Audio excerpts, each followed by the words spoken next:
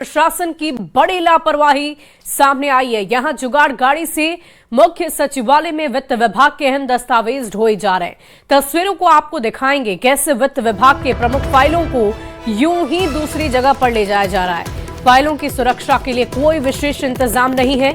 दरअसल पटना मुख्य सचिवालय घंटाघर स्थित वित्त विभाग में वित्त मंत्री के चेंबर को दूसरी जगह शिफ्ट किया जा रहा है, क्योंकि वहां मुख्यमंत्री का नया चेंबर बनाया जाना है, इसलिए वहां पर मौजूद फाइलों को भी हटाया जा रहा है। लेकिन इन तस्वीरों ने कई सवाल खड़े कर दिए हैं कि इतने अहम दस्तावेज यूं ही इतनी लापरवाही के साथ आखिर कैसे ले जाए जा रहे हैं। इन तस्वीरों को आप देखिए, सुरक्षा को लेकर कोई भी विशेष इंतजाम नहीं किए गए हैं और यूं ही जैसे सामान बांधकर घर की शिफ्टिंग की जाती है, ठीक वैसे ही बिहार के वित्त विभाग की फाइलें एक ठेले पर लादकर बांधकर ले जाई जा रही है। और देखिए इस पूरी खबर के एक जानकारी के साथ न्यूज 18 संवाददाता पटना से शैलेंद्र कुमार फोन लाइन पर हैं। शैलेंद्र, क्या जानकारी है इन तस्वीरों के बारे में? दरअसल देखिए, ये घंटाघर जो मुख्य सचिवालय जिसे कहा जाता है वहाँ की ये तस्वीर है और वित्त विभाग की ये फाइलें हैं जिसे जुगाड़ गाड़ी पर एक जगह से दूसरे जगह लेके जाया जा रहा है। दरअसल जो वित्त विभाग था घंटाघर में, जहां पर वित्त मंत्री बैठा करते थे, उस चेंबर को तोड़ करके मुख्यमंत्री नीतीश कुमार के लिए वहां नया चेंबर बनाया जा रहा है। तो जाहिर सी बात है कि जो वहाँ फाइलें थी, पुरानी फाइलें पहले से जो मौजूद थी, उन फाइलों को दूसरी जगह शिफ्ट किया जा रहा है, क्योंकि सचिवालय कैंपस में ही एनेक्सी के बगल में, विधानसभा का जो एनेक्सी भवन है उसके बगल के भवन में वित्त विभाग को शिफ्ट किया जा रहा है। तो वहाँ ये फाइलें लेके जाई जा रही है। लेकिन सबसे बड़ी बात है कि जिस तरीके से फाइलें लेकर के यहाँ से जो जा रहे हैं लोग, उस पर सवाल उठता है। कितनी महत्वपूर्ण फाइलें हैं, आप देख सकते हैं कि लाल कपड़े में फाइलें बंधी हैं। हो सकता है कि फाइलें पुरानी हो, लेकिन जाहिर सी बात है कि वित्त विभाग एक महत्वपूर्ण विभाग है, उनकी फाइलें हैं। और जबकि दर्जनों गाड़ियां, सरकारी गाड़ियां वहां पर खड़ी रहती है जिससे अधिकारी इस्तेमाल करते हैं, लेकिन जब फाइल को ले जाना होता है तो देखिए जुगाड़ गाड़ी, जो प्रतिबंधित जुगाड़ गाड़ी है, उस पर फाइलों को लेके जाया जा रहा है। वित्त विभाग की ये फाइलें हैं और अपने आप में यही सवाल उठता है कि ये मुख्य सचिवालय की तस्वीर है।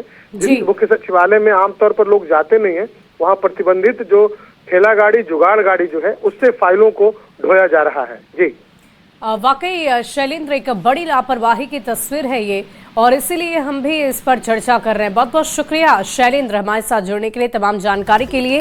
और प्रशासन की एक बड़ी लापरवाही की तस्दीक करती ये तस्वीरें इस वक्त आपकी टीवी स्क्रीन पर है। बढ़ते आगे, उत्तराखंड के मंत्री रेखा आर्य के पति गिरधारी लाल साहू की महिलाओं पर विवादित बयान ने सियासी तूल पकड़ लिया है। आरजेडी की महिला मोर्चा ने पटना में मार्च निकालकर बयान का विरोध किया।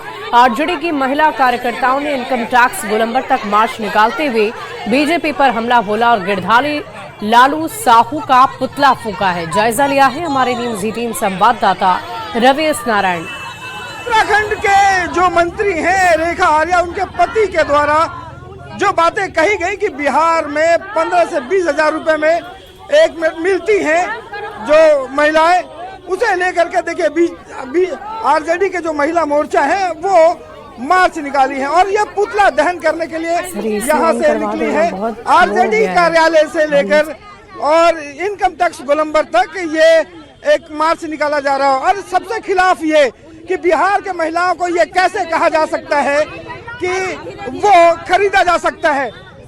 अगर क्या ये जो आप लोगों ने मार्च निकाला है कि देखिए, भारतीय जनता पार्टी के लोगों के द्वारा बार बार बिहार की बेटियों और बहनों का अपमान हो रहा है। वैसे तो भाजपा शासित राज्यों में आपने देखा होगा कि सबसे ज्यादा महिलाओं पे प्रहार हुआ है, और जिस तरीके से आज भाजपा के एक नेत्री जो है, उनके पति के द्वारा कहा गया है कि बिहार की बहन और बेटियां 25,000 में बिकती हैं, तो सम्राट चौधरी, विजय सिन्हा और नितिन नवीन जो जवाब दे कि क्या उनकी बहन और बेटियां 25,000 में बिकती हैं। एक तरीके से देखिए कि आरजेडी के जो तमाम महिलाएं हैं वो सड़क पे उतरी है और पुतला दहन के साथ साथ आक्रोश मार्च निकाल रही हैं। पटना से रवि नारायण की रिपोर्ट। बढ़ते आगे, उत्तराखंड के मंत्री रेखा आर्य के पति गिरधारी लाल साहू के महिलाओं पर विवादित बयान पर सियासत थमने का नाम नहीं ले रही। निर्दलीय सांसद पप्पू यादव ने कहा कि ऐसे लोगों की जुबान काट लेनी चाहिए। पप्पू यादव ने कहा कि बाबा और नेता दोनों चोर चोर मौसेरे भाई है, ऐसे लोगों की जुबान काट लेनी चाहिए। मंत्री ने बयान दिया, मंत्री का पति ने बयान दिया कि 20-25 हजार में लड़कियां। अच्छा, बेटी के बारे में जो भी कोई दल, कोई नेता का कैरेक्टर यही है, लोग गोबर है। रोपिएगा बबूल, खाइएगा खजूर, गोबर है ये लोग, इनकी चर्चा क्यों करते? ऐसे लोग जो भी लगातार नेताओं के द्वारा, बाबाओं के द्वारा, ये नेता बाबा, चोर चोर मुसेरा भाई, इनके लिए ना कोई कानून रह गया, ना कोई संविधान, ना कोई मर्यादा। ऐसे लोगों को लोग जीभ काट ले तो ज्यादा अच्छा। और देखिए, बिहार के मुख्यमंत्री नीतीश कुमार ने बेहतर बिहार के निर्माण के लिए बड़ी पहल की है। नौकरी और रोजगार से अलग लोगों के जीवन स्तर को सुधारने, उनके काम को आसान बनाने के लिए 2025-30 के बीच 7 निश्चय पार्ट 3 के तहत सबका सम्मान जीवन आसान करने के लिए सरकार ने नई सेवाओं का प्रारंभ किया है। और इसके लिए सरकार ने QR कोड भी जारी किया है। सोशल मीडिया एक्स पर मुख्यमंत्री नीतीश कुमार ने इस QR कोड को साझा भी किया है, जिसे स्कैन कर घर पर ही नर्सिंग, पैथोलॉजी, BP जांच, ECG और फिजियोथेरेपी जैसी कई सुविधाओं का आप लाभ उठा सकते हैं। आपातकालीन स्थिति में किसी भी प्रकार की डॉक्टरी मदद भी ली जा सकती है। और इतना ही नहीं, सरकार को सुझाव और शिकायत के लिए मुख्यमंत्री ने डाक, पता और ईमेल ID भी जारी किया है, जिस पर लोग अपनी बात को आसानी से रख सकते हैं। मुख्यमंत्री नीतीश कुमार जी ने बुजुर्गों का आशीर्वाद, स्नेह और उनके स्वास्थ्य की चिंता करते हुए QR कोड जारी किया है। इसमें जो विभिन्न बिंदु हैं कि उदाहरण के लिए प्रमाण पत्र की होगी डिलीवरी, वृद्ध लोग हेतु घर पर ही नर्सिंग सहायता, पैदल यात्रियों की सुरक्षा आवाजाही, अस्पताल में सुगम चिकित्सा सुविधा। अगर कोई विशिष्ट सुझाव आप दे रहे हैं तो आप जो QR कोड है उस पर भेजिए, अथवा आप पत्र के माध्यम से निम्न पते पर भेजिए। अपर सचिव 4 देश रत्न मार्ग, मुख्यमंत्री सचिवालय पटना। Email ID cm-secretariat-bihar@government.in। बढ़ते आगे, बांग्लादेशी क्रिकेटर पर BCCI ने बड़ा निर्णय लिया है। BCCI ने IPL team Kolkata night Riders को बांग्लादेशी खिलाड़ियों को टीम से हटाने का निर्देश दिया है, जिसके बाद शाहरुख खान की IPL team Kolkata night Riders से बांग्लादेशी खिलाड़ी मुस्तफिजुर रहमान को बाहर कर दिया गया है। मुस्तफिजुर रहमान को ड्रॉप करने के बाद मंत्री दिलीप जायसवाल ने कहा कि बांग्लादेश में गलत हो रहा है और इसलिए इस तरह का विरोध हो रहा है। वहीं उन्होंने उत्तराखंड की मंत्री के पति के विवादित बयान पर भी विरोध जताया है। नहीं, देखिए, एक तो है क्या कि जो घटना घट रही है बांग्लादेश में वो बहुत ही दुखद है। इस तरह धर्म के आधार पर किसी के साथ, उसके साथ गलत व्यवहार करना, अमानवीय व्यवहार करना, उसकी हत्या करना, ये कोई भी पसंद नहीं करेगा। इसलिए बांग्लादेश के माहौल को, वहाँ के सरकार और वहाँ के लोगों को सुधारना पड़ेगा। और दूसरा, ये हमारा विरोध इसलिए विरोध की भाषा होती है कि वहाँ के लोग इस बात को समझे कि हम इसको सहन नहीं करेंगे। सर, उत्तराखंड के मंत्री के पति ने एक बयान दिया, उन्होंने कहा कि 25,000 बिहार की महिलाएं। देखिए, वो हम लोग सभी इस चीज का जो है, इस तरह के बयान का ये प्रदर्शन करते हैं और ये सब गलत बयानी है, गलत बात है। और किसी का पति है तो उसको थोड़े अधिकार है कि कुछ भी बोल दे। और देखिए, भारत के मुख्य न्यायाधीश सूर्यकांत ने पटना हाईकोर्ट में 302 करोड़ की योजनाओं का शिलान्यास किया। जस्टिस सूर्यकांत ने पटना हाईकोर्ट परिसर में ADR भवन, मल्टी लेवल कार पार्किंग, अस्पताल भवन, सभागार, महाधिवक्तक कार्यालय के एनेक्सी भवन, आवासीय भवन और IT भवन के निर्माण का शिलान्यास किया। ये सभी परियोजनाएं न्यायिक प्रक्रिया को तेज, सुगम और तकनीकी रूप से सशक्त बनाने की दिशा में मील का पत्थर मानी जा रही है। ADR भवन में जहां वैकल्पिक विवाद समाधान को बढ़ावा मिलेगा, वहीं IT भवन न्यायपालिका को डिजिटल दौर के कदम से कदम मिलाकर चलने की ताकत देगा। इस दौरान कार्यक्रम में सुप्रीम कोर्ट के न्यायाधीश, कई अन्य न्यायाधीश, वरिष्ठ अधिवक्ता और प्रशासनिक अधिकारी भी मौके पर मौजूद रहे। When we talk of capacity building and that really strengthens the access to justice, it means in essence this ability to evolve is about laying the groundwork for a justice system that can meet the demands of the growing population, increasing litigation and disputes of rising complexity. बढ़ते आगे, तमिलनाडु से पूर्वी चंपारण के लिए चला विश्व का सबसे बड़ा शिवलिंग आज बिहार में प्रवेश कर गया है। बिहार के गोपालगंज में शिवलिंग के प्रवेश करते ही श्रद्धालुओं ने भव्य स्वागत किया और हर हर महादेव के नारे लगाए हैं। जिला प्रशासन के अलावा बड़ी संख्या में पुलिस पहले अधिकारियों ने भी शिवलिंग की पूजा अर्चना की और फूल चंदन लगाकर स्वागत किया है। आपको बता दें कि यह शिवलिंग महाबलीपुरम के पट्टीकाडू गांव में तैयार किया गया है। शिवलिंग एक ही विशाल ग्रेनाइट पत्थर से निर्मित है जो इसे भारतीय शिल्पकला का अद्भुत नमूना बनाता है। शिवलिंग में पारंपरिक दक्षिण भारतीय नक्काशी शैली की झलक स्पष्ट रूप से दिखाई दे रही है। 210 मीट्रिक टन वजन होने के कारण इसे ले जाने के लिए विशेष डिजाइन वाला 96 चक्का ट्रक पर लोड किया गया।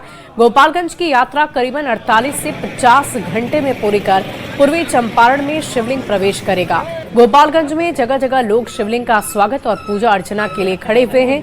आपको बता दें कि बिहार राज्य धार्मिक न्यास समिति के अध्यक्ष और महावीर मंदिर न्यास समिति से जुड़े किशोर कुणाल ने विराट रामायण मंदिर का निर्माण कराने के लिए शिलान्यास किया था। 20 जून 2023 को शिलान्यास के बाद से ही नींव, प्रवेश द्वार, सिंह द्वार, नंदी मंडप और गर्भगृह का पाइलिंग कार्य पूरा किया जा चुका है। बिहार सबसे बड़ा शिवलिंग पूरी दुनिया का पहुंच चुका है, जिसकी तस्वीरें भी आप देख रहे हैं। नगर जा रहा है जो केसरिया में है, जहां विराट रामायण मंदिर बनाया जा रहा है श्री किशोर कुणाल जी के द्वारा, वहीं पे ये मूर्ति स्थापित होगा। देखिए, ये सौभाग्य की बात है हम लोग के लिए, पूरे गोपालगंज जिला और इस गांव के लिए। ये विश्व का सबसे बड़ा शिवलिंग हमारे यहाँ से होके गुजर रहा है और यहाँ दर्शन का और पूजन का सौभाग्य मिला। बहुत अच्छा लगा, हमारे लिए सौभाग्य की बात है। शिवलिंग आ रहा है तमिलनाडु महाबलीपुरम से। अच्छा, किस मध्य प्रदेश होते हुए आ रही है? मध्य प्रदेश है, सागर होते हुए। अच्छा, सागर, ललितपुर, झांसी, कानपुर होते हुए। और देखिए, छपरा में अतिक्रमण के खिलाफ प्रशासन का बुलडोजर अभियान नए साल में भी जारी है। इस अभियान के तहत मांझी में बन रही सड़क में अतिक्रमण के खिलाफ प्रशासन का बुलडोजर चला और रास्ते में पड़ने वाले अवैध घरों को बुलडोजर से ध्वस्त कर दिया गया। मांझी प्रखंड के कौरू धौरू पंचायत के पास सड़क किनारे बने कुछ घर अतिक्रमण के दायरे में आ गए थे, जिसे जिला प्रशासन ने बुलडोजर से हटा दिया है।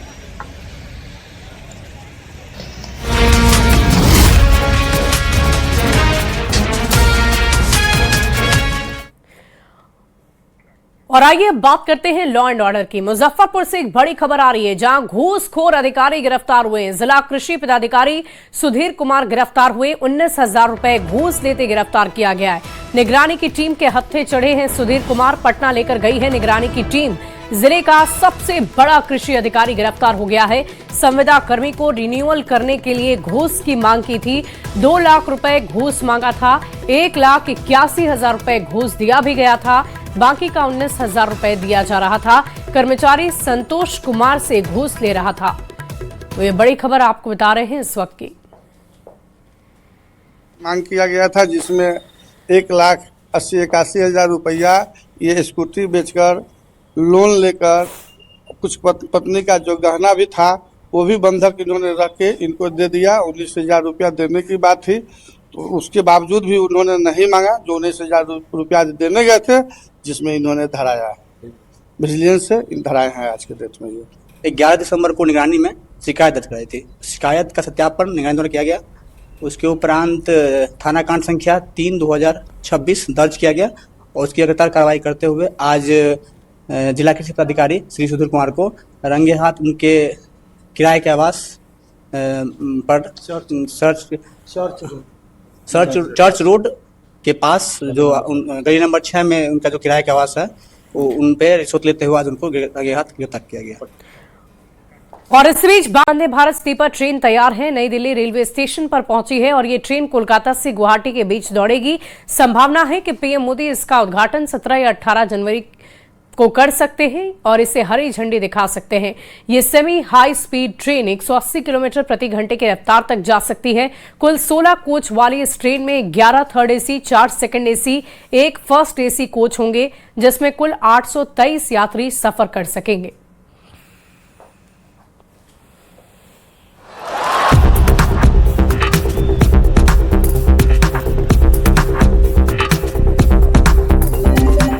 और अब खबरें खेल जगत से। बांग्लादेशी क्रिकेटर पर बीसीसीआई ने बड़ा फैसला लिया है। बीसीसीआई ने IPL team Kolkata night Riders को बांग्लादेशी खिलाड़ी की टीम को हटाने से निर्देश दे दिए, जिसके बाद शाहरुख खान की IPL team Kolkata night Riders से बांग्लादेशी खिलाड़ी मुस्तफिजुर रहमान को बाहर कर दिया गया है। बांग्लादेश में हिंदुओं के साथ हो रही हिंसा के विरोध में मुस्तफिजुर रहमान के आईपीएल में खेलने का विरोध हो रहा था।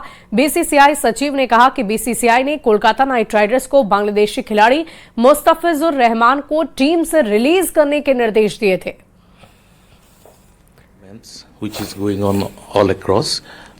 BCCI has instructed the franchisee KKR to release one of their player, Mustafizur Rahman of Bangladesh, from their squad, and BCCI has also said that if they ask for any replacement, BCCI is going to allow that replacement.